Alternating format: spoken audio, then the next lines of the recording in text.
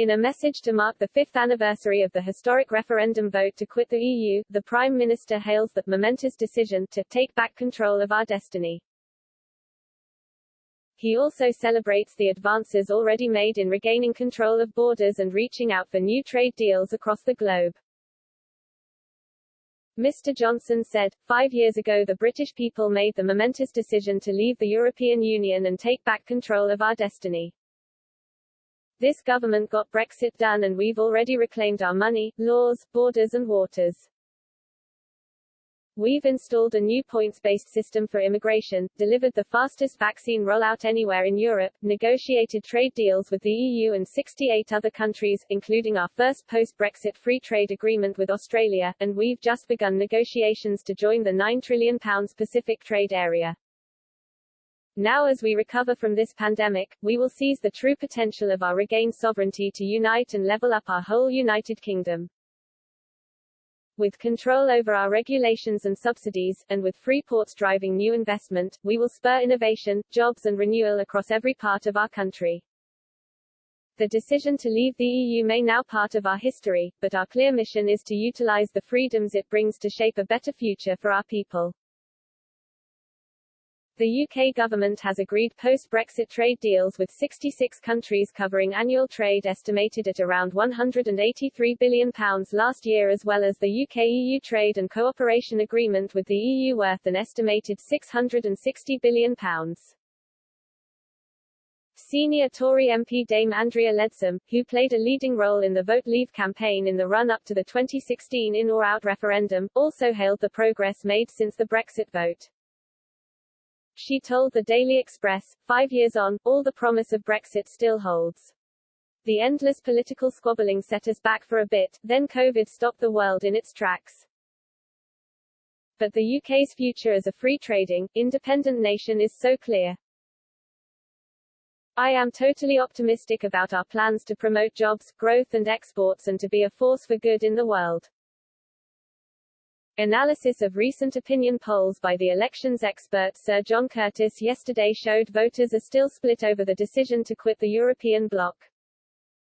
Delta poll surveys suggested the electorate would divide 50-50 over whether to remain or leave in a referendum if UK was still in the EU today. But separate Kantar polls asking voters if they wanted to stay out or rejoin the EU found 54% wanted the UK to stay out of the bloc while 46% wanted to rejoin. Professor Sir John, Professor of Politics at the University of Strathclyde, told a briefing hosted by the UK and a Changing Europe think tank, Britain is still significantly divided over the merits of Brexit. He added, on average, the most recent polls, pretty much all done by Delta poll, it's a 50-50 split. Ask people whether we should rejoin or stay out, you consistently find somewhat lower support for rejoining than for remaining, but we're still looking at a society that is pretty divided down the middle. The reason for that is that relatively few people have changed their minds. Basically over 4 in 5 people say they would vote in exactly the same way they did 5 years ago. Those people who didn't vote in 2016 have been pretty consistently 2-1 in favor of remaining when they've been asked their view. Pointing towards the Kantar polls, Sir John said, some but by no means the bulk of Remain voters do say, we're out, I prefer we were not out but I'm not sure I'd vote to rejoin. We're still divided. Professor Sir John added that the Brexit vote appeared to have revolutionised Tory support in the years since the referendum, with Leave backing former Red Wall Labour strongholds turning blue at the 2019 general election.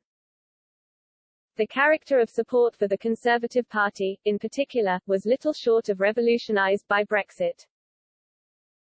Whereas in 2015 it was getting the support of 45% of those who wanted to leave, by 2019 it was 73%, Professor Sir John said. Labour is not showing any evidence of being able to particularly recover amongst Leave voters.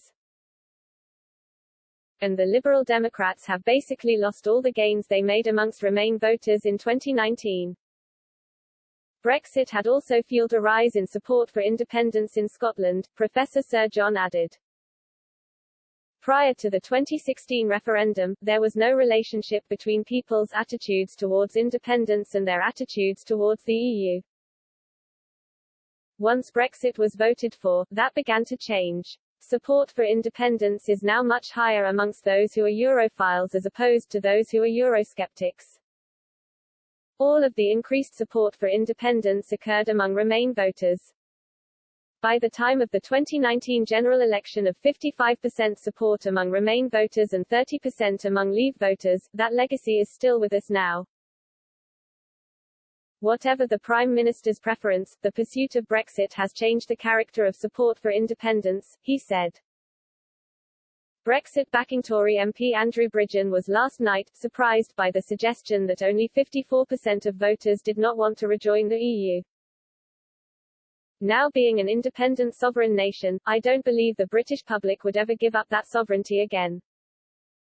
We've seen with the COVID vaccine rollout the advantages of being independent and able to be nimble and not enmeshed in the sclerotic bureaucracy of the EU, he said.